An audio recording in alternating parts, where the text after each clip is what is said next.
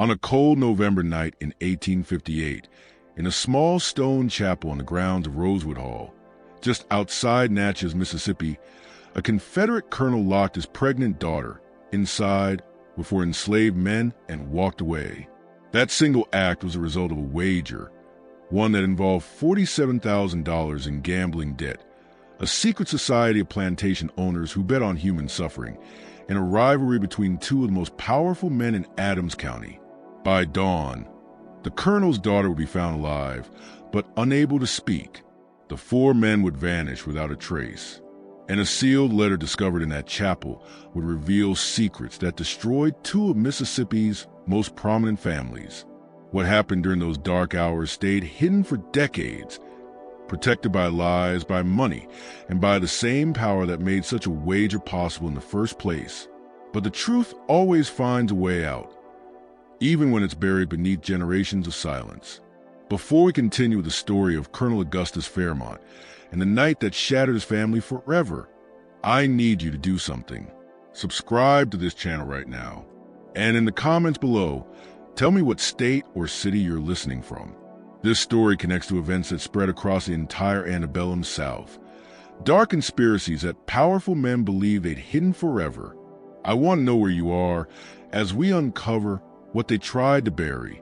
The truth about that night came out slowly, in fragments, through whispered testimonies and long-forgotten documents discovered in places no one thought to look. Natchez in 1858 stood as a monument to cotton wealth, a city where fortunes rose and fell with the Liverpool Exchange, and where the families in white-collar mansions along the bluffs had mastered the art of appearing respectable while practicing unspeakable cruelty. Colonel Augustus Fairmont had built Rosewood Hall 16 years earlier, funded by his first wife's Virginia tobacco fortune.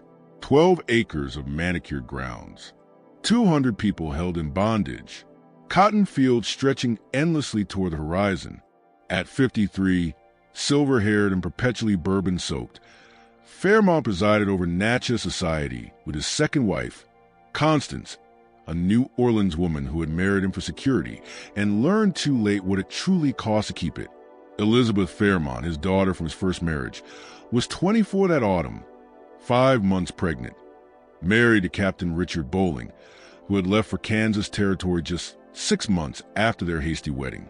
Those who knew the family whispered that the marriage had been arranged to settle gambling debts, that young Bowling had fled at the first opportunity, and that Elizabeth understood perfectly what she was to her father, collateral to be traded when circumstances demanded.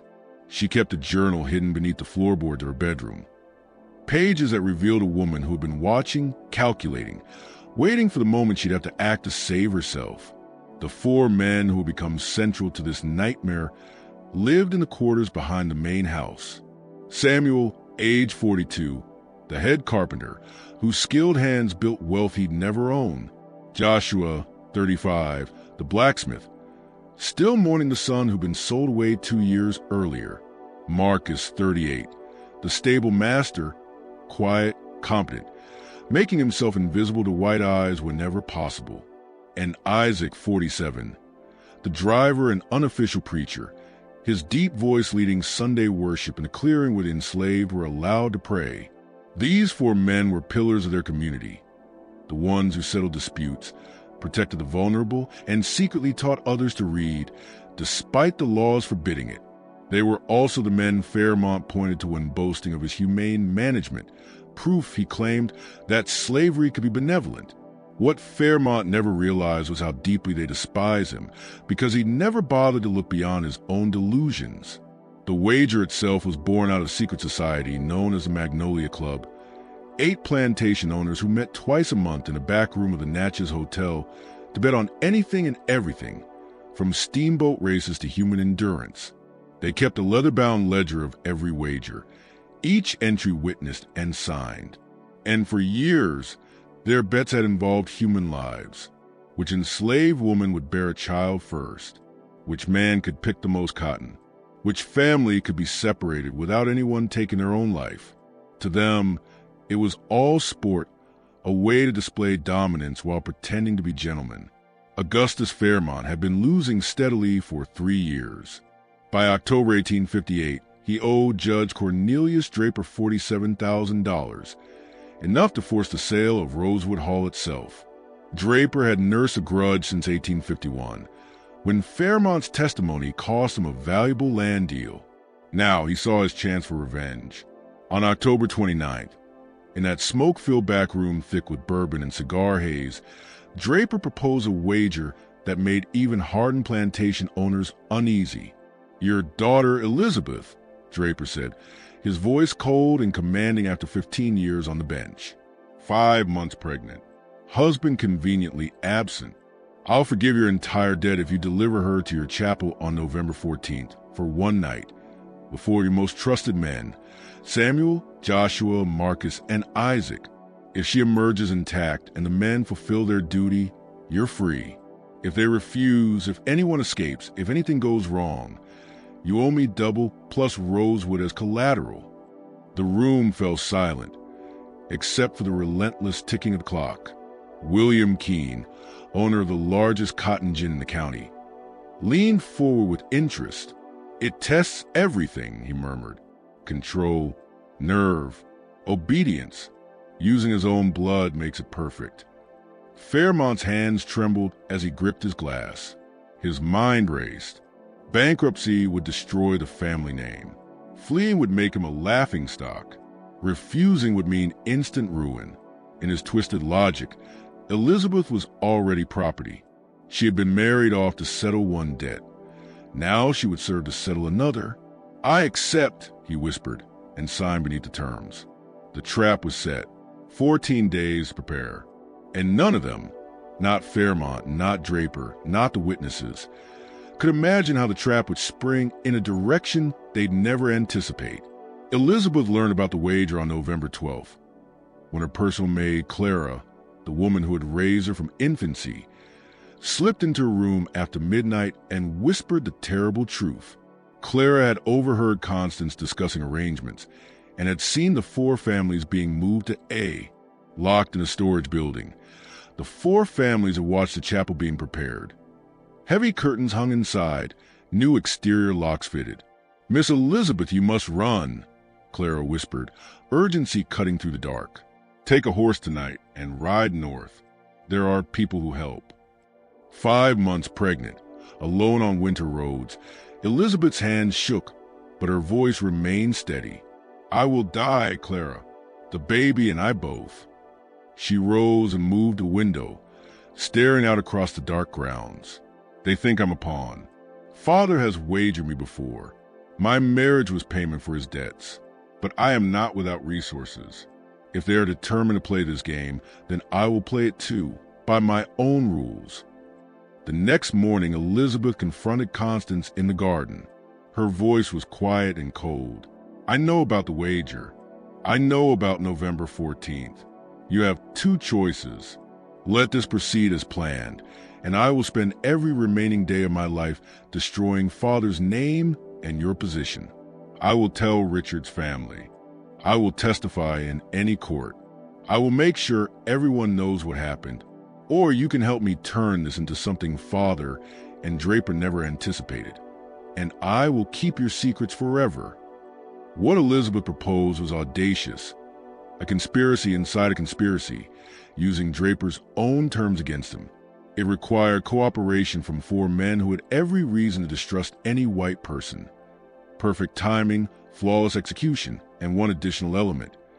A sealed letter Elizabeth had been carrying for months, waiting for the exact moment to use. Constance, calculating survival the way she had learned growing up poor in New Orleans, agreed. They had 36 hours. The 4 men were told their duty on November 11th, when Overseer Silas Garrett summoned them to his office. He laid a pistol on the desk and spoke without preamble. "November 14th, 9 o'clock at night. You report to the chapel. Miss Elizabeth will be there.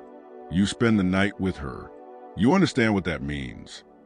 Silence felt like a weight. For men who had survived decades of bondage now faced an order that shattered even the brutal logic they had learned to navigate. "Sir," Joshua said carefully, "Miss Elizabeth is the master's daughter, a married woman carrying a child. This cannot be. It's an order. Garrett cut him off. Your families are secured in the storage building. Refuse this, and by dawn they'll be sold downriver, separated and gone to buyers you'll never see again. Obey, stay silent, and afterward you'll get better rations, lighter work, maybe even freedom papers eventually. Choose. What choice existed?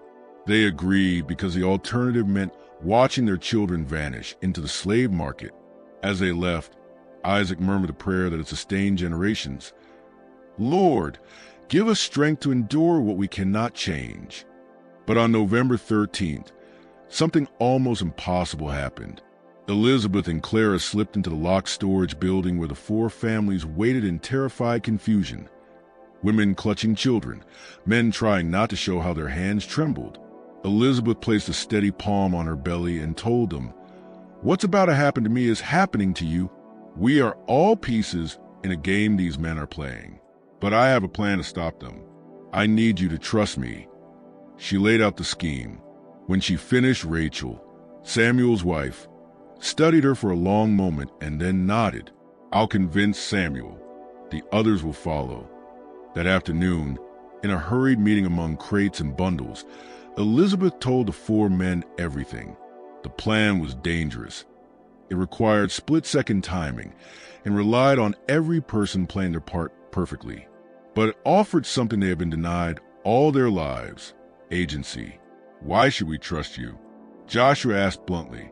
"You shouldn't," Elizabeth said. "But if tonight proceeds as planned, I'm destroyed and you're destroyed. If my plan works, we all survive, and with something we've never had before, documented proof of what happened. Protection against future threats. Leverage. I can't promise freedom, but I promise that if we survive this night, I will do everything in my power to ensure you're never used as leverage again." The four men exchanged looks heavy with decades of survival instinct and impossible odds. "We'll do it," Samuel said finally.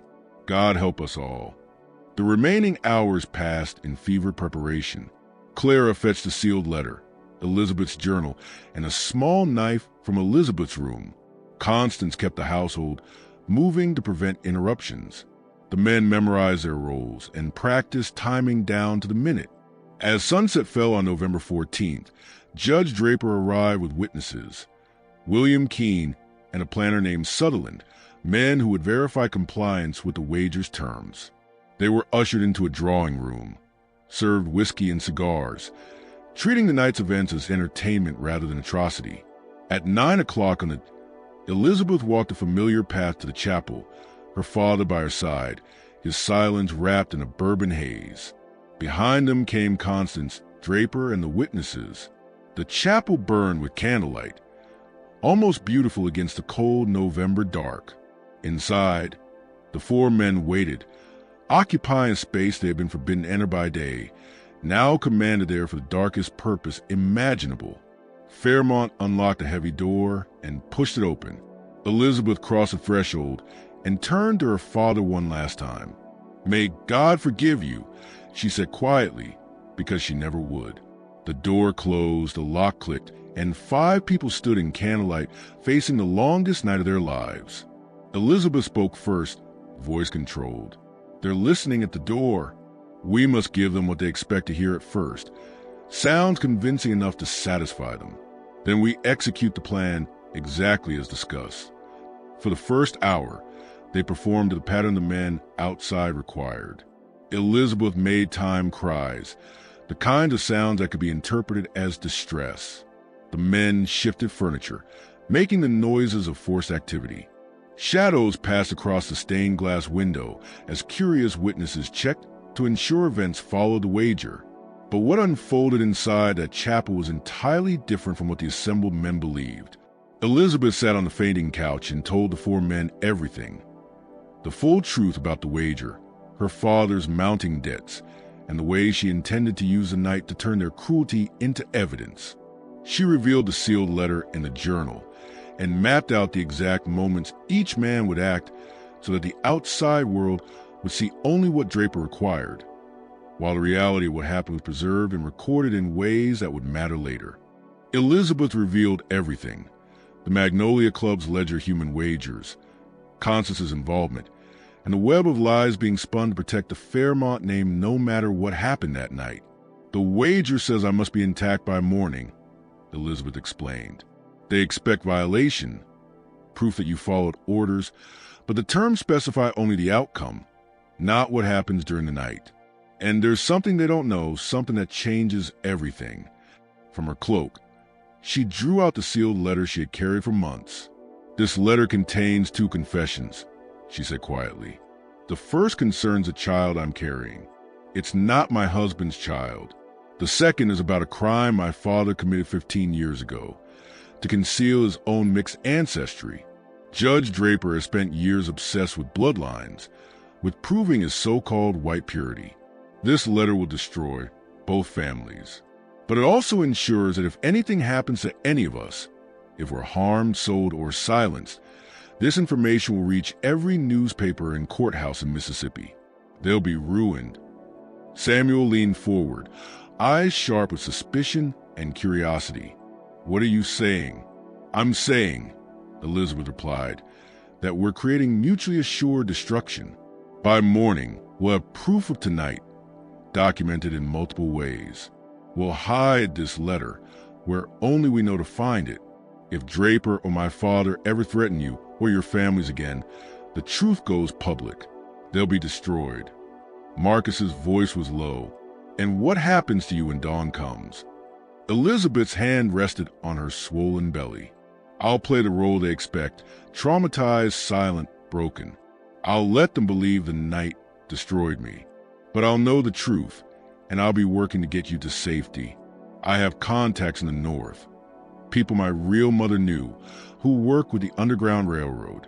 It will take time, but I'll get you out. The hours passed in whispers. They spoke of their lives, of families, of dreams postponed and denied. Elizabeth learned that Samuel could read and write, and that he'd been secretly teaching others for years. Joshua spoke of the son he'd lost, sold away 2 years before, and the nightly prayers he still whispered, begging to see him again. Marcus described the horses he'd trained, how he could gentle any creature with patience and trust. Isaac recited scripture from memory, his voice carrying the weight of faith maintained against all reason. Around 3 a.m, footsteps approached. Elizabeth quickly arranged herself, hair tangled, dress torn, blood on her sleeve. The men positioned themselves around the room. Through the keyhole, someone watched, listened, then the steps retreated. They're satisfied, Elizabeth whispered. They believe we're doing what they expect.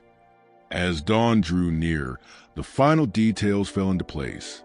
The letter would be hidden behind a loose stone in the altar wall. Elizabeth would emerge unable to speak, a silence that would shield her from questioning. The 4 men would disappear that same night, following the secret routes Isaac knew from his years as a plantation driver. What about our families? Samuel asked. Rachel and the others know the plan, Elizabeth said. At dawn, they'll create enough chaos to distract everyone. In that confusion, you'll slip away. It's dangerous, but staying is worse.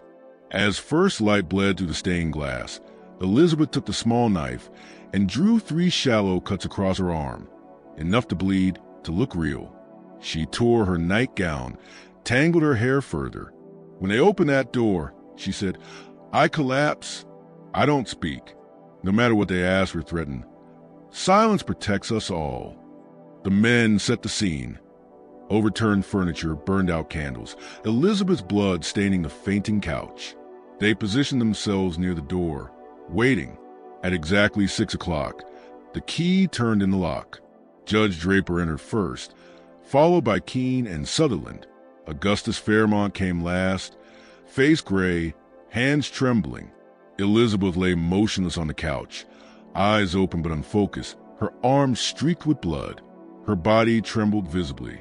Miss Elizabeth, Draper called. No response. You need to speak, he snapped. Still nothing. Constance pushed forward, kneeling beside the couch with perfect precision.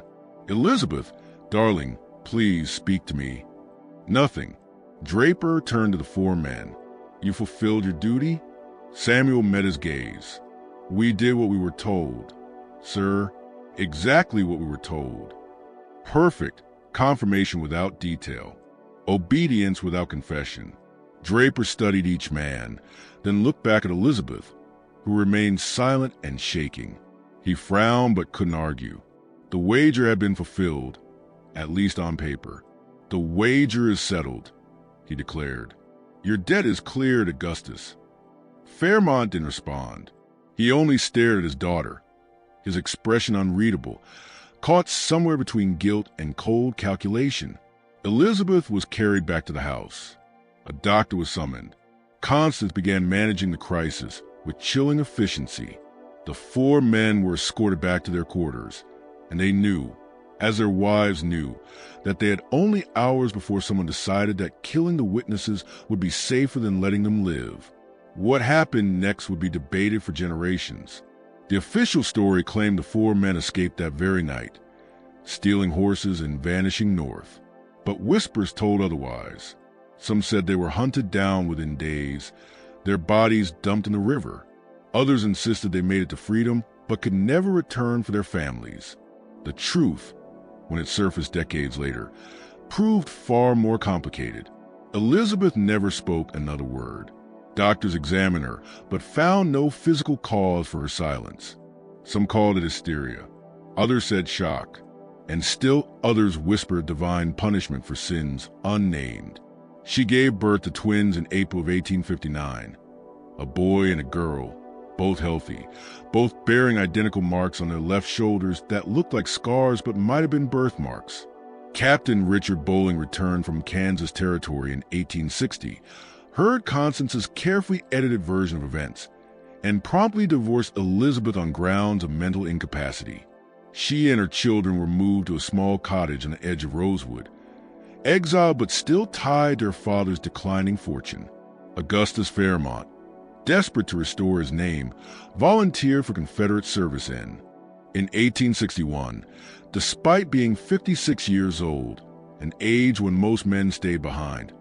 Augustus Fairmont volunteered for Confederate service. Those who knew him said he was chasing either redemption or death, and didn't care which one found him first.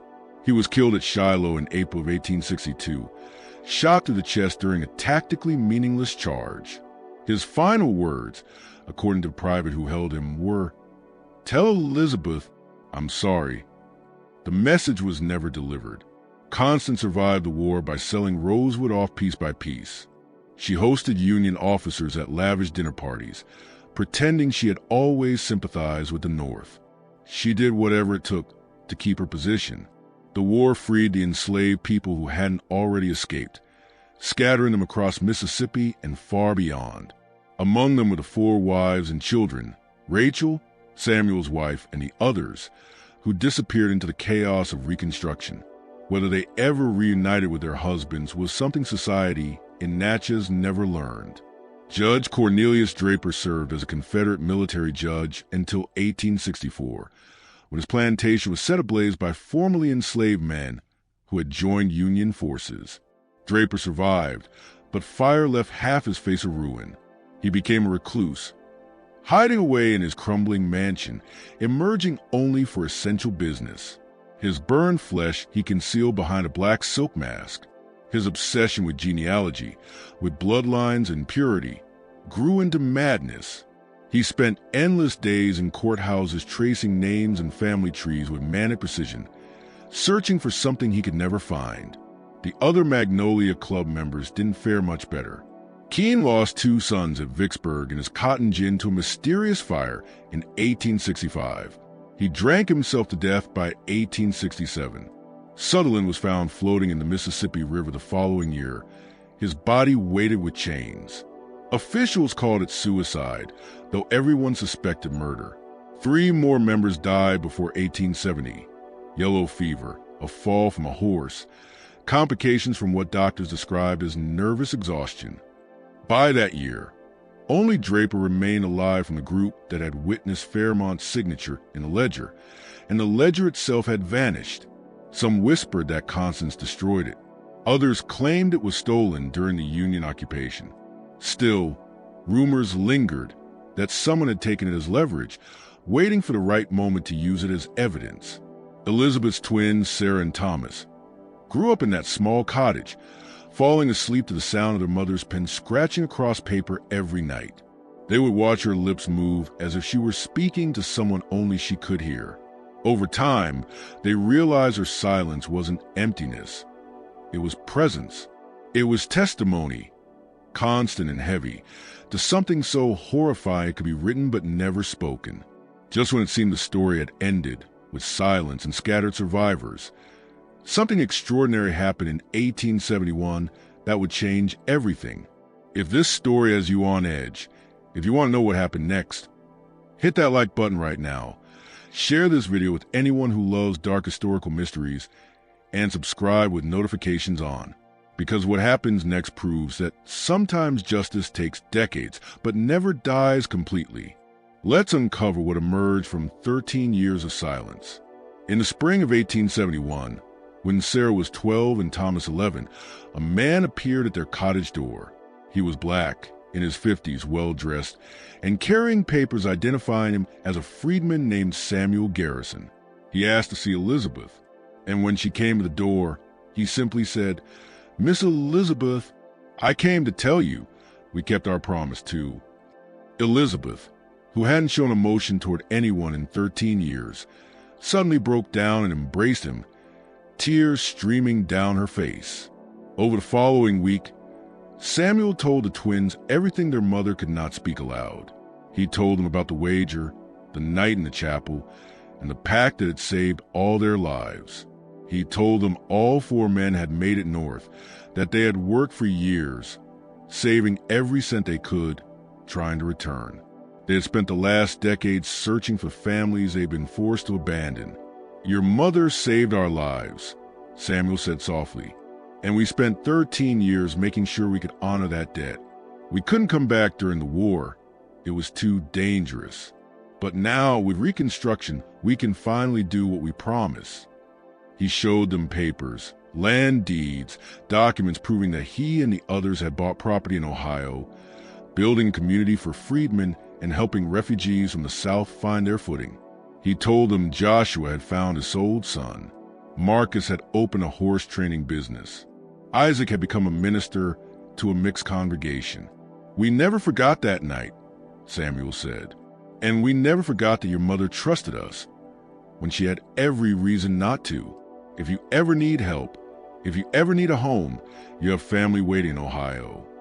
Elizabeth listened, tears falling silently. Then she picked up her pen and wrote, "Thank you for coming back. Thank you for surviving. Thank you for remembering." Samuel stayed for nearly a month, repairing the cottage, teaching Thomas carpentry, and bringing news from beyond Mississippi.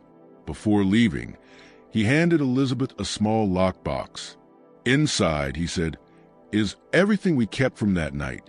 The letter you wrote, copies of our testimonies to a northern lawyer, and affidavits from witnesses who knew what happened. We kept it safe because we always knew one day it might be needed. If anyone ever threatens you or your children, you have proof." After Samuel returned to Ohio, Elizabeth began teaching, both black and white children, though mostly black, from her cottage. Through Samuel's connections, she helped newly freed people navigate the tangled bureaucracy of Reconstruction. Constance watched from the main house, caught between horror and reluctant admiration for what her stepdaughter had become. Then, in 1873, Elizabeth did something no one expected. She took her children to a lawyer, a northern transplant named Harrison Fletcher, known for handling Reconstruction cases. In writing, she told him she wanted to press charges against Judge Draper and her father's estate for conspiracy, kidnapping, and attempted assault. Fletcher was stunned. "Mrs. Bowling," he said carefully, "these charges will be nearly impossible to prosecute. Judge Draper still holds great influence. Your father's estate is deeply connected politically, especially through your stepmother. Most of the witnesses are dead. And forgive me, but without verbal testimony." Elizabeth quietly placed a locked box on his desk. Inside were Samuel's papers, her hidden letter, the men's northern testimonies, and 13 years' worth of her own written journals. A complete, detailed record of not just that night, but the entire system that had made it possible. Fletcher read for hours, growing more astonished with every page. "This is explosive," Fletcher said quietly. "If even half of this makes it into evidence, it will destroy several of the most powerful families in Mississippi. But you understand what this means, the risks, the social consequences, the retaliation you might face." Elizabeth wrote her reply on the pad before her. "I've been silent for 13 years. That silence protected my children and gave the 4 men time to build new lives in safety. But silence has also protected the guilty. It's time the truth is spoken, even if I can only speak in writing." The case that followed, Bowling versus Draper, filed in federal court in 1873, never made it to trial. But its filing alone became public record, and it contained enough damning detail about the Magnolia Club to scandalize even a society long hardened to the cruelties of slavery. From Jackson to New Orleans, newspapers picked up the story, and suddenly, the most respectable families of Natchez found their names connected to horrors that even many Confederate loyalists found appalling. Judge Draper, now 73 and still hiding behind his black silk mask, hired an army of lawyers to suppress the case. They argued that the wager had taken place during a time when such property relations were legal under Mississippi law, that any criminal charges had long exceeded the statute of limitations, that Elizabeth's muteness made her an unreliable witness. More quietly, they suggested that her written testimony might be a fabrication, propaganda by radical Reconstructionists attempting to tarnish honorable Southern families. But the documents Samuel had preserved told a story that was too coherent, too well documented to dismiss. Testimony from living witnesses, physical evidence, and a chain of corroborating statements that formed a picture no one could ignore. The case dragged on for 18 long months, through motions and counter-motions, through bribes, intimidation attempts, and whispered offers of secret settlements. Constance, desperate to save what remained of the Fairmont family's reputation, wrote to Elizabeth. "You're destroying us," she pleaded. "Sarah and Thomas will never be accepted by society. Is your revenge really worth their future?" Elizabeth's written reply was short, deliberate, and coldly calm. "I'm not seeking revenge. I'm seeking justice. My children will inherit truth, and that's worth more than acceptance in a society built on lies." The case was settled out of court in 1875. The terms were sealed, but those who knew the families noticed the changes. Judge Draper quietly transferred a large portion of his property into a trust that funded schools for the children of freedmen. The Fairmont estate was liquidated, its proceeds divided between Constance, Elizabeth, and a fund compensating families who had been subjected to the Magnolia Club's so-called wagers. It wasn't enough. It could never be enough.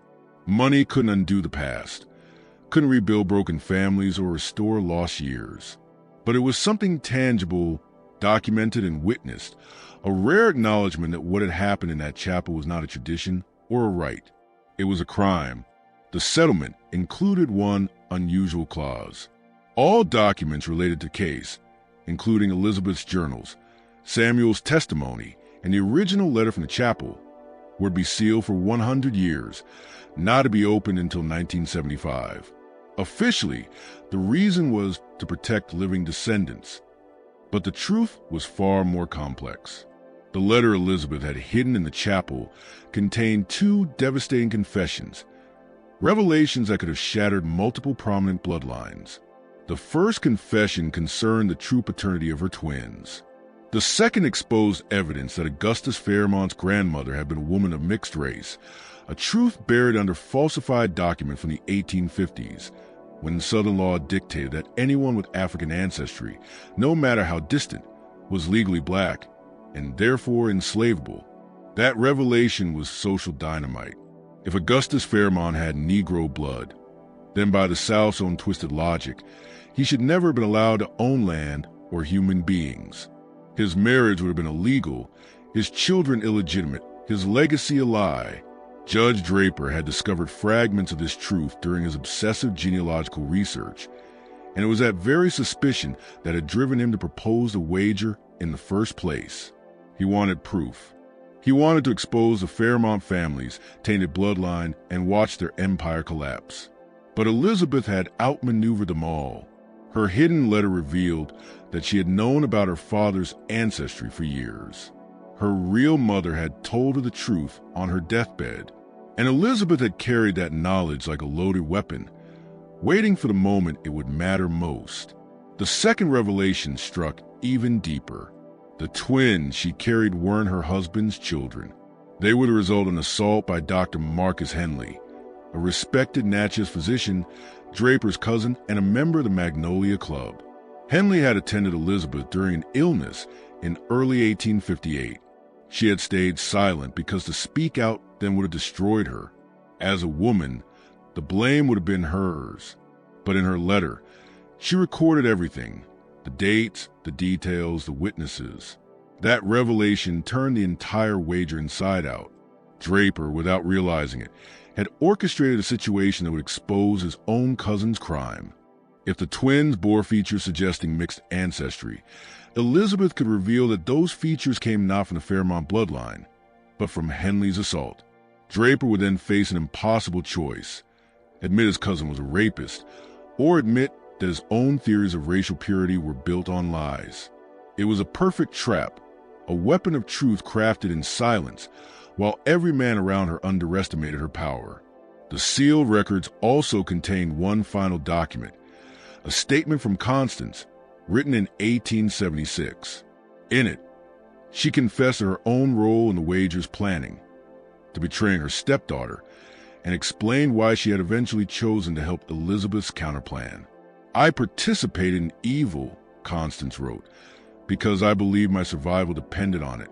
I helped Elizabeth in the end, not out of conscience, but because she showed me that my survival depended on her victory. I am not redeemed by one good act after a dozen wicked ones. I am simply a woman who learned too late that the system which protected me would eventually destroy me, too." Constance died in 1881, living her final years quietly in a small house in Natchez, supported by her share of the settlement. She was buried in the Fairmont family plot, but few attended her funeral. Fewer than a dozen mourners came, most of them formerly enslaved people she had employed in her last years. Judge Draper followed her 2 years later. He died in 1877, consumed by morphine addiction. His last words whispered to his doctor, "The ledger destroyed the ledger." But the Magnolia Club's ledger was never found. And in the years after settlement, strange events began to unfold, hints that the Magnolia Club's legacy was far from finished. In 1878, William Keene's son, the man who had inherited his father's estate. This is explosive. If even half of this is admitted as evidence, it could destroy several prominent families. But you understand the risks, the social consequences, the potential retaliation. Elizabeth wrote, "I've been silent for 13 years. That silence protected my children and gave those 4 men time to find safety. But it also protected the guilty. It's time for the truth to be spoken, even if I must speak it in writing." The case that followed, Bowling versus Draper, filed in federal court in 1873, never reached trial. But the filing documents became public record, and their contents were enough to scandalize even a community hardened by the brutalities of slavery. Newspapers from Jackson to New Orleans picked up the story. Suddenly, the most respectable Natchez families found their names tied to practices so appalling that even Confederate sympathizers recoiled. Judge Draper, 73 years old and still hiding behind his silk mask, hired an army of lawyers to suppress the case. They argued that the wager took place when such property relations were legal under Mississippi law, that the statute of limitations had expired on any criminal charges, and that Elizabeth's muteness rendered her testimony unreliable. More quietly, they suggested her written words might have been fabricated by radical Reconstructionists eager to defame Southern elites. But the documents Samuel preserved told a solid, corroborated story. Living witnesses, physical evidence, and a chain of documentation too strong to dismiss. The case dragged on for 18 months through motions, counter-motions, intimidation, and settlement offers. Constance, desperate to protect what remained of the Fairmont name, begged Elizabeth to drop the suit. "You're destroying the family," she pleaded. "Sarah and Thomas will never be accepted in society. Is your revenge worth their futures?" Elizabeth's written reply was short. "I'm not seeking revenge. I'm seeking justice. My children will inherit truth, and that is worth more than acceptance into a society built on lies." The case was settled out of court in 1875. The terms were sealed, but those who knew the families noticed changes. Judge Draper transferred a large portion of his property to a trust funding schools for freedmen's children. The Fairmont estate was liquidated, and the proceeds divided between Constance, Elizabeth, and a fund compensating families who had been subjected to the Magnolia Club's human wagers. It wasn't enough. It could never be enough. Money couldn't undo what had been done, couldn't restore families or return lost years. But it was an acknowledgement, documented and witnessed, that what happened in that chapel was not a right. It was a crime. The settlement included one unusual clause. All documents related to the case, including Elizabeth's journals, Samuel's testimony, and the letter from the chapel, would be sealed for 100 years until 1975. The official reason was to protect living descendants. The truth was more complicated. The letter Elizabeth had hidden in the chapel contained two confessions that would have destroyed several prominent Southern bloodlines. The first concerned the true paternity of her twins. The second revealed that Augustus Fairmont's grandmother had been a woman of mixed race, passed off as white through falsified documents in the 1850s South, where even a trace of African ancestry meant a person was legally considered black and thus subject to enslavement. That revelation was social dynamite. If Fairmont had Negro blood, then by the South's own laws, he should never have owned property, including people. His marriages would have been invalid, his children illegitimate. Judge Draper had uncovered hints of this in his genealogical research. That was why he proposed a wager in the first place. He wanted to expose the taint in Fairmont's lineage and force the truth into daylight. But Elizabeth had outplayed them both. Her letter revealed that she had known about her father's ancestry for years. Her mother had told her on her deathbed. Elizabeth had carried this knowledge like a loaded weapon, waiting for the right moment to use it. The letter also revealed the second truth. The twins she carried were not her husband's. They were the result of an assault by Dr. Marcus Henley, a Natchez physician, Draper's cousin, and a Magnolia Club member. Henley had treated Elizabeth during an illness in early 1858. She had kept silent because speaking out would have ruined her. As a woman, she would have been blamed. But in that letter, she documented everything, dates, details, witnesses. That revelation turned the entire wager upside down. Draper had accidentally set the stage for exposing his own cousin's crime. If the twins bore features suggesting Fairmont's mixed ancestry, Elizabeth could reveal that those traits came from Henley's assault, not from Fairmont's bloodline or anything that happened in the chapel. Draper would have been forced to either admit his cousin was a rapist or admit that his genealogical theories were wrong. It was a perfect trap, one built by the woman everyone had underestimated. The sealed documents also included a statement from Constance, added in 1876. In it, she confessed to her part in planning the wager, her betrayal of her stepdaughter, and her reasons for eventually helping Elizabeth's counterplan. "I participated in evil," Constance wrote, "because I believed my survival depended on it.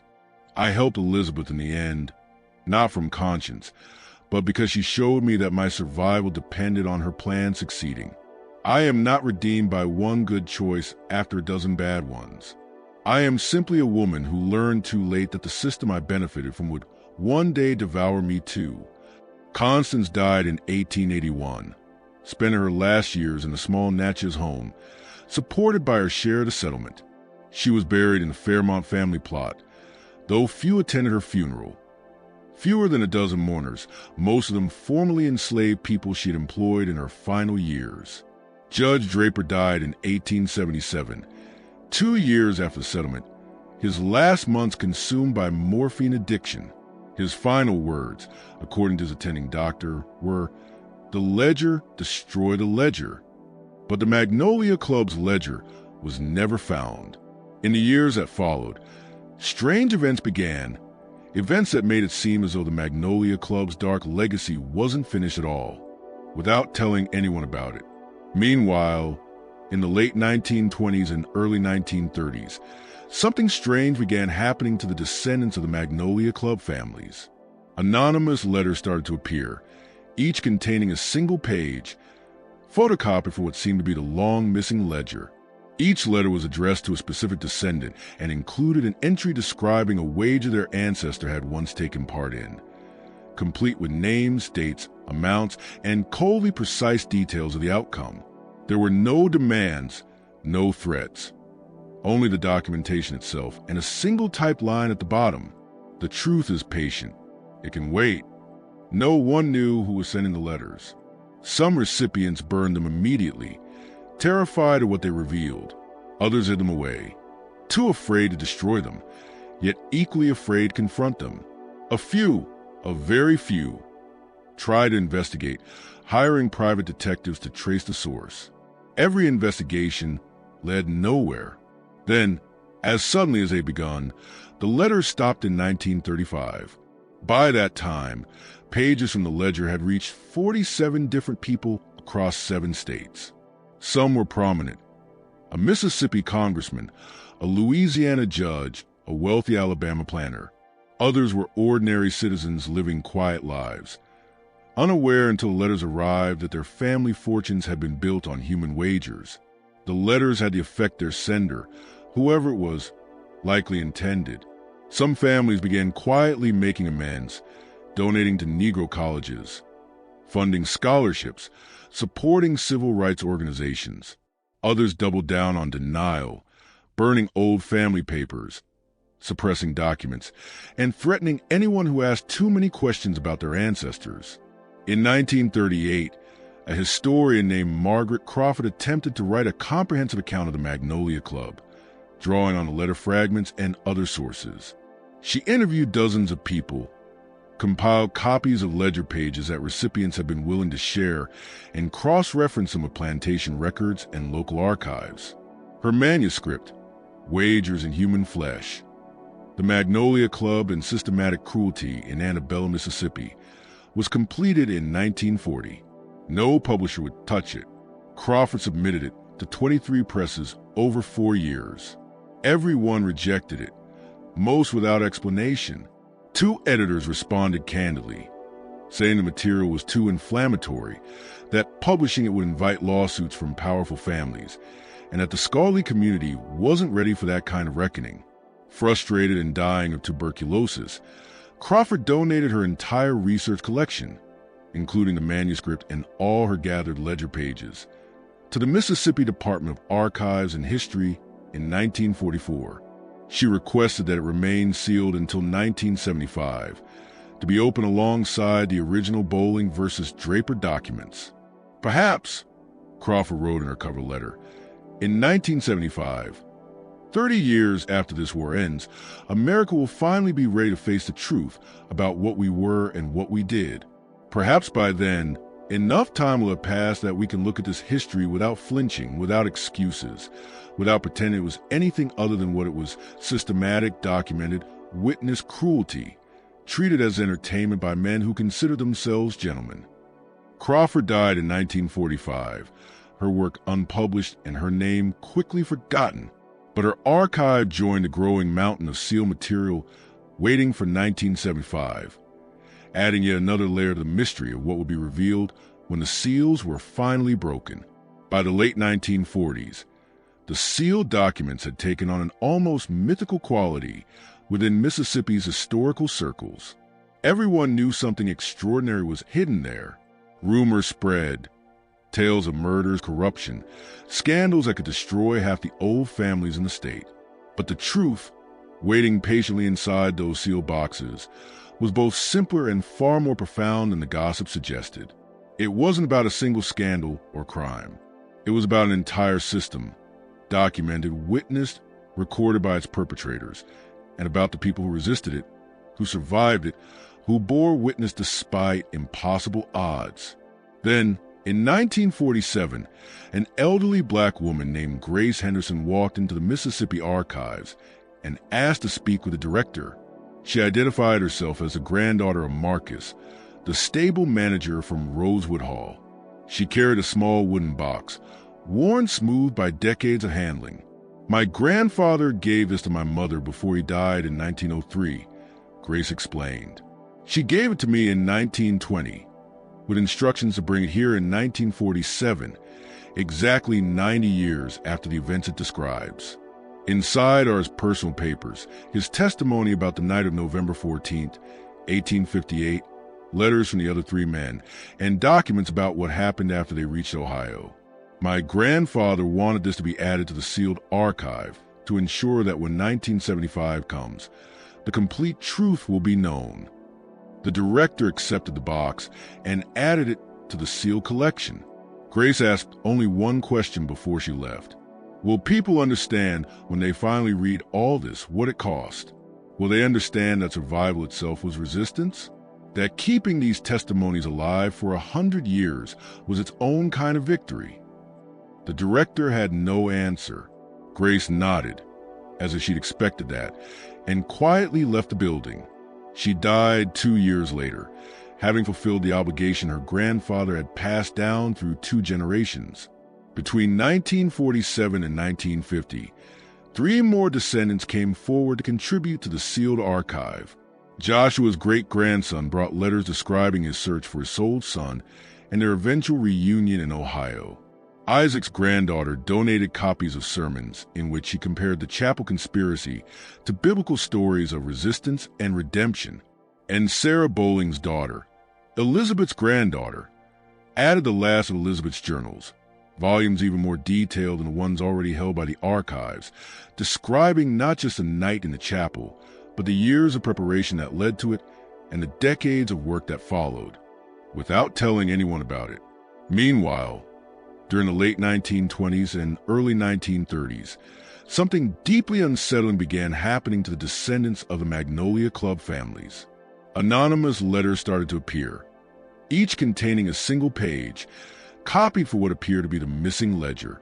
Every letter was sent to a specific descendant and included an entry detailing a wager their ancestor had taken part in, complete with names, dates, amounts, and outcomes, all described in cold, detached language. The letters made no demands, no threats, just the evidence itself, followed by one haunting typed line at the bottom. The truth is patient. It can wait. No one knew who was sending them. Some recipients burned their letters immediately, terrified of what they revealed. Others hid them away, afraid to destroy them, but just as afraid to acknowledge them. A few, very few, tried to investigate, hiring private detectives to trace their origin. Every investigation led nowhere. Then, in 1935, the letters stopped, just as mysteriously as they had begun. By that time, pages from the ledger had reached 47 different people across 7 states. Some of those people were powerful: a Mississippi congressman, a Louisiana judge, a wealthy Alabama planter. Others were ordinary citizens living quiet lives, unaware until that moment that their family fortunes had been built on documented human wagers. The letters had the exact effect their sender, whoever they were, must have intended. Some families began making quiet amends, donating to Negro colleges, funding scholarships, supporting civil rights groups. Others reacted with rage, burning family papers, suppressing documents, threatening anyone who asked too many questions about their lineage. In 1938, a historian named Margaret Crawford began researching the Magnolia Club, determined to write a comprehensive account based on those mysterious letters and other surviving sources. She interviewed dozens of people, compiled the shared ledger fragments, and cross-referenced them with other historical materials. By 1940, her manuscript was finished. Its title, Wagers in Human Flesh: The Magnolia Club and Systematic Cruelty in Antebellum, Mississippi. No publisher would touch it. Crawford submitted the work to 23 different presses over 4 years. All rejected it, most without even reading. Two editors wrote back, saying bluntly that the material was too explosive, too dangerous. Publishing it, they warned, would invite lawsuits from powerful families, and that the scholarly world simply wasn't ready for such a reckoning. Frustrated and terminally ill with tuberculosis, Crawford made one final decision. In 1944, she donated her entire archive, her manuscript, research notes, and all the collected ledger pages to the Mississippi Department of Archives and History under one condition: it must remain sealed until 1975. She wanted it open alongside the original Bowling versus Draper documents. In her cover letter, Crawford wrote, "Perhaps by 1975, 30 years after this war ends, America will finally be ready to face the truth about what we were and what we did. Maybe by then, enough time will have passed that we can look at this history without flinching, without making excuses, without pretending it was anything other than what it was: systematic, documented, witnessed cruelty, treated as entertainment by men who call themselves gentlemen." Crawford died in 1945, her work unpublished and her name forgotten. But her archive joined the growing collection of sealed documents waiting for 1975, adding yet another layer to the mystery of what would one day be revealed. By the late 1940s, those sealed records had taken on an almost mythical status in Mississippi's historical circles. Everyone knew something important was locked away there. Rumors swirled. Stories of murder evidence, massive corruption, or scandals that could destroy half the old families in the state. But the truth waiting patiently inside those boxes was far deeper and more devastating than anyone imagined. It wasn't about individual crimes. It was about an entire system, meticulously recorded, witnessed, and preserved by the very people who built it. It was also about those who resisted, those who survived, and those who kept the memory alive despite impossible odds. In 1947, an elderly black woman named Grace Henderson walked into the Mississippi archives and asked to see the director. She introduced herself as the granddaughter of Marcus, the stable manager from Rosewood Hall. In her hands, she carried a small, time-worn wooden box. "My grandfather gave this to my mother before he died in 1903, she explained softly, "and my mother gave it to me in 1920, with instructions to bring it here in 1947, 90 years after the events it describes." Inside the box were Marcus's personal papers, his written testimony of the night of November 14, 1858, letters from the other three men, and documents detailing what became of them after they reached Ohio. "My grandfather wanted this to be added to the sealed archive," Grace said, "so that when 1975 comes, the full truth will be there." The director accepted the box and promised to honor her request. Before leaving, Grace asked one final question. Will people understand, when they finally read all this, what it cost?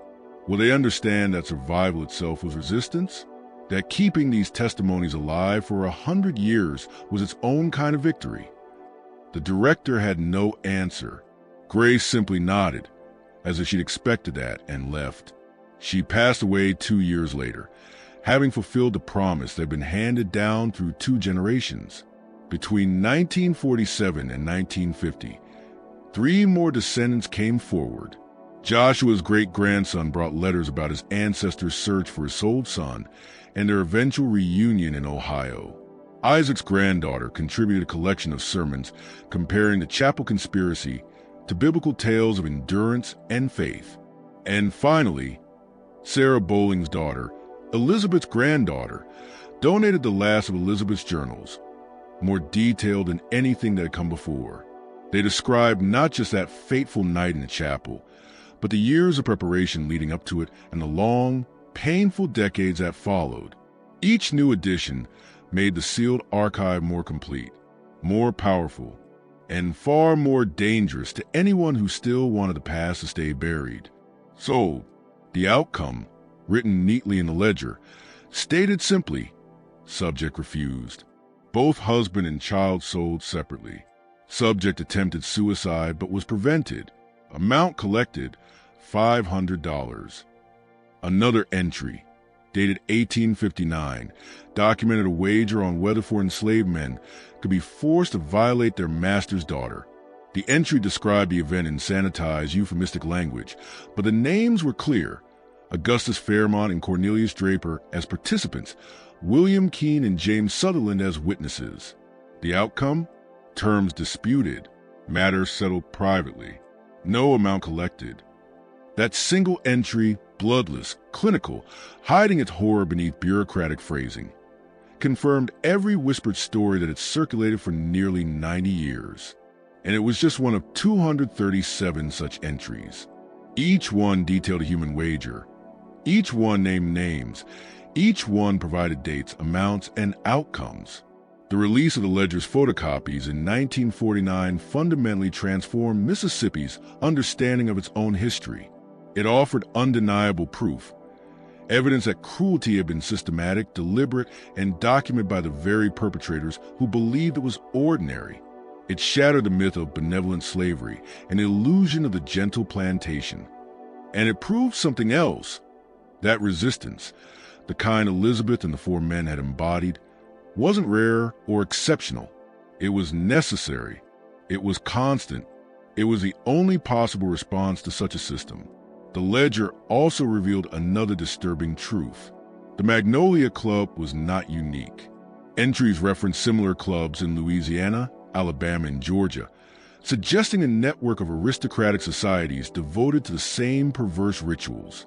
Historians began tracing those connections, uncovering evidence of other ledgers, other betting societies, other atrocities, some destroyed, others still hidden in attics and courthouse basements. Dorothy Keene, the historian who had helped uncover the ledger, spent the next 6 years piecing everything together. In 1955, she published what would become the definitive account, The Ledger of Atrocity, Human Wagers in the Antebellum South. The book was met with both acclaim and outrage. Keene dedicated it to Elizabeth Bowling, Samuel Garrison, Joshua, Marcus, and Isaac, who conspired together against evil and left behind testimony that no power could silence forever. It sold over 100,000 copies in its first year, an extraordinary success for a historical work. Reviewers praised it as groundbreaking, while others condemned it as anti-Southern propaganda. Keene received both academic awards and death threats. But perhaps her most profound contribution was the final chapter, where she analyzed the chapel conspiracy itself. Though the sealed documents were still inaccessible, she drew from Samuel's testimony, Elizabeth's published journals, the ledger entries, and oral histories to reconstruct what had happened that night and what it meant. Keene wrote, "The conspiracy at Rosewood Chapel represents something far greater than individual defiance. It shows that even within the darkest systems, where power seems absolute, human beings still find ways to recognize each other's humanity. They find ways to trust, to conspire toward survival." Elizabeth Bowling and the four men, Samuel, Joshua, Marcus, and Isaac, came from opposite sides of the cruelest divide in American history. Every law, every custom told them they were not even the same species. Yet, when faced with an evil designed to erase their humanity, they chose trust over fear, cooperation over despair, testimony over silence. That choice, repeated thousands of times by thousands of people throughout slavery's long nightmare, is how the system was ultimately defeated, not by armies alone, but by the quiet, dangerous, everyday decision to see another person as human. Keene's words reshaped an entire generation of historians and inspired civil rights leaders who saw in the chapel conspiracy a mirror of their own struggle. The story began to circulate in churches, classrooms, and meeting halls. It became a parable of resistance, proof that courage and conscience had always existed, even in the darkest corners of American history. By the mid-1950s, the tale of the Magnolia Club and the chapel conspiracy had entered the national consciousness. The civil rights movement was gathering momentum, and stories like these, documented, verified, impossible to dismiss, gave moral and historical weight to movement's cause. They showed that the injustices of the present had roots reaching deep into the past, and that resistance had always grown alongside oppression. As the years advanced toward 1975 Anticipation grew. The public knew that the sealed archives still held more: Elizabeth's final journals, the men's full testimonies, Constance's confession, Crawford's manuscript, Chen's research, and dozens of other suppressed materials. If the ledger's discovery in 1949 had caused a storm, what would the rest of the archive reveal? But fate intervened. In 1968, disaster struck. A fire broke out in a nearby structure and spread to the Mississippi Department of Archives and History Building. Flames engulfed much of the complex. The sealed collection survived, but only barely, protected inside a reinforced vault. The near catastrophe forced archivists to act. They decided to photograph every page and create duplicate microfilm copies to be stored across multiple institutions, ensuring that no single event could ever erase the record again. During this process, archivists made an astonishing discovery. Inside one of the sealed boxes, the one containing Elizabeth's later journals, they found an envelope addressed simply to whoever reads this in 1975. The letter was dated 1898, written 1 year before Elizabeth's death. It was her final testimony. The archivists debated whether they had the right to open it. Technically, it was part of the sealed collection, but they argued that proper cataloging required them to know what it contained. And when they finally unfolded the fragile paper, what they read left them utterly silent. Elizabeth's revelation left everyone shaken. In the letter, she explained that she had spent the last 40 years of her life doing something no one had ever suspected, using the settlement money from the 1875 case, with donations from sympathetic Northerners, and with every resource she could access, she had been quietly working on a mission that would redefine her legacy. Elizabeth had been systematically purchasing freedom, not for enslaved people themselves, since they had been freed by the war, but for their descendants, those who had been left landless, destitute, and forgotten. She had bought land in Ohio, Illinois, and Kansas. She had transferred property titles to families descended from the names written in that old ledger. She had paid for educations, funded small businesses, and provided startup capital for farms. And she had done all of this anonymously, through lawyers and intermediaries, because she knew that if her identity became known, the gifts might be rejected or the recipient's place in danger. "I couldn't undo what was done," Elizabeth wrote in her 1898 letter. "I couldn't bring back the dead. I couldn't erase the trauma or restore the years that were stolen. But I could do something. I could take the money that came from my silence, the settlement that was paid to keep the truth partly hidden, and use it to help build futures for the people whose pasts had been destroyed. Every penny of my share of that settlement has gone to this purpose. Not out of guilt, though I have plenty of that. Not out of pity, which would be an insult, but out of recognition that my survival and theirs were forever intertwined. The conspiracy we began in that chapel in 1858 did not end that night. It continued for 40 years, transformed from an act of desperate survival into a deliberate campaign, a quiet effort to return stolen wealth to those it was stolen from. Elizabeth's letter included detailed records of every purchase, every land transfer, every scholarship funded. Over 4 decades, she had helped 147 families, spending nearly $80,000, an enormous sum, essentially everything she had received from the settlement. She had lived simply in her small cottage, teaching in her tiny schoolhouse, and devoting everything else to the secret mission of redemption. When you read this in 1975, Elizabeth concluded, you will likely see me as a figure from ancient history, my world and its struggles as distant as the Roman Empire. But I hope you understand that the questions we faced, how to resist oppression, how to see each other's humanity beyond artificial divisions, how to make amends for wrongs that cannot be undone, how to build justice from the ruins of injustice. These questions do not age. They are yours too, perhaps in different forms, but at their heart the same. I don't know what world you live in, she wrote.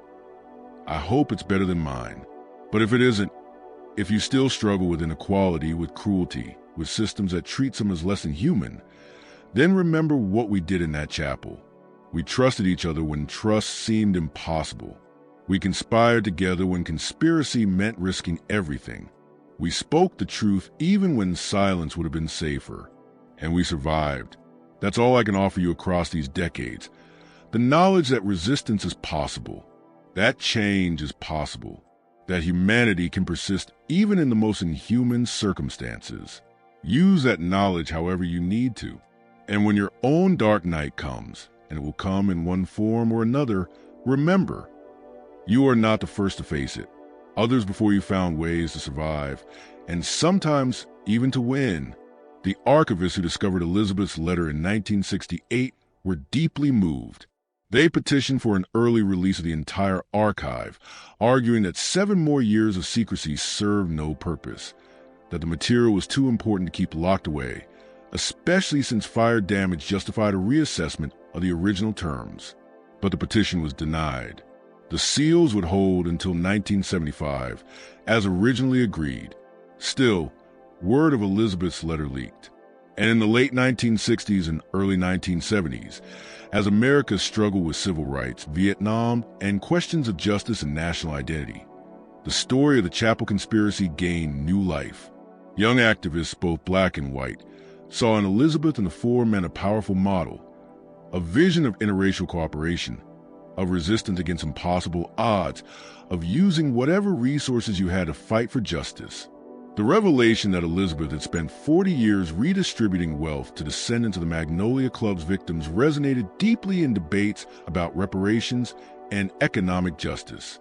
Scholars began organizing conferences, planning publications, and preparing to study the sealed documents once they were finally opened. The unsealing was scheduled for November 14, 1975, exactly 117 years after the Chapel conspiracy, and it was expected to be a major historical event. But history had one last twist to reveal. In 1974, a group of descendants representing both the 4 men and Elizabeth's family filed a joint petition with the archives. They requested that when the documents were finally unsealed in 1975, the event should not be held in the archives building in Jackson, but in Natchez, at the very site where the chapel had once stood. They wanted the unsealing to be public, with descendants present, and with the contents shared immediately with anyone who wished to witness that moment. Our ancestors created this testimony together. The petition declared, they conspired together, survived together, and spent decades ensuring that this truth would endure. It should be revealed together, in the place where it began, with their descendants standing side by side as they once did. This is not just a historical document to be archived and studied. They wrote, it is testimony to human courage, to solidarity across race, to resistance that triumphed. It deserves to be honored as such. The archives agreed. Plans were made for a public ceremony at the Rosewood Chapel site on November 14, 1975. Descendants from across the country made preparations to attend. Historians, journalists, and citizens requested permission to witness it. But the story must pause here, in 1974, with the unsealing still 1 year away, because the historical record available to us ends there. Everything that can be known about the Chapel conspiracy, from documents, letters, and testimony, ends at that point. The surviving testimonies, letters, and records only carry us up to 1950. What happened during the 1975 unsealing? What new revelations the complete archive contained? What impact it had on history? Those answers belong to the historians who've studied the period more recently than I can access. But here's what we know for certain about the people at the heart of this story. Elizabeth Bowling died in 1899, having never spoken another word aloud after that night of November 14, 1858. But her written words, her journals, her letters, her legal testimony filled thousands of pages. She taught hundreds of children in her small cottage school. She redistributed a fortune to families whose ancestors had once been wagered like poker chips. She raised twins who became teachers and activists in their own right. Her 40-year silence became its own testimony, a louder statement than any speech could ever be. It was a daily reminder that some horrors are so deep, so unbearable, that language fails to contain them, and that sometimes The most powerful act of defiance is not vengeance, but survival, to endure, to document, and to spend your remaining years working to ensure that such darkness never returns. Samuel, Joshua, Marcus, and Isaac, the four men whose last names we know only through their descendants. For men denied even the basic dignity of family names, who escaped to Ohio and built new lives in freedom. They found lost relatives, or created new families where bloodlines had been torn apart. They bought land, opened businesses, educated their children, and spent decades searching for the wives and children they were forced to leave behind in that night of chaos. And at least some of those searches found success. They passed down the story of the chapel conspiracy, ensuring that their descendants knew what had happened, what it had cost, and what it had meant. Constance Fairmont lived long enough to write her own confession.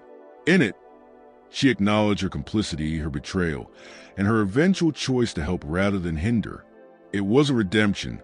She knew that, but it was truth. She died isolated from the very society she had once sacrificed everything to join, cared for in her final years by people she had once considered her property. She learned too late that there is no safety in a system built on cruelty. Augustus Fairmont died in a muddy field at Shiloh, far from the cotton fields, the grand mansion, and the daughter he betrayed. His final words were an apology that never reached the person who most needed to hear it. His legacy was a single ledger entry, written in his own hand, documenting the moment he wagered his daughter's body to pay off a gambling debt. Judge Cornelius Draper lived out his final years behind a silk mask, scarred and reclusive. His lifelong obsession with bloodlines and purity had led only to his exposure and ruin. He spent those final years desperately trying to destroy the evidence of his crimes, and he failed. The ledger survived. The testimony survived. The truth survived. Now, what do you think of the story?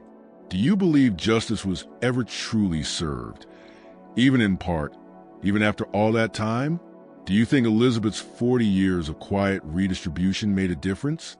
Do you think the survival of those four men and the passing down of their story mattered? Leave your thoughts in the comments below. If this story has made you reflect on resistance, on truth, on how we reckon with the past, then subscribe to this channel right now. Hit that notification bell so you never miss stories like this one. Stories about ordinary people who face extraordinary evil, about conspiracies that challenge power, about truths that refuse to stay buried. Share this video with someone who needs to hear it, because these stories shape how we understand ourselves, our history, and our possibilities. And the more people who know them, the greater our chance to finally learn from them. The documents were unsealed in 1975. The full truth was finally revealed. And the descendants of those five people who once conspired together inside a stone chapel on November night in 1858 stood together again 117 years later to witness what their ancestors' courage had preserved. The conspiracy succeeded. The truth survived. And all these generations later, we are still learning what it truly means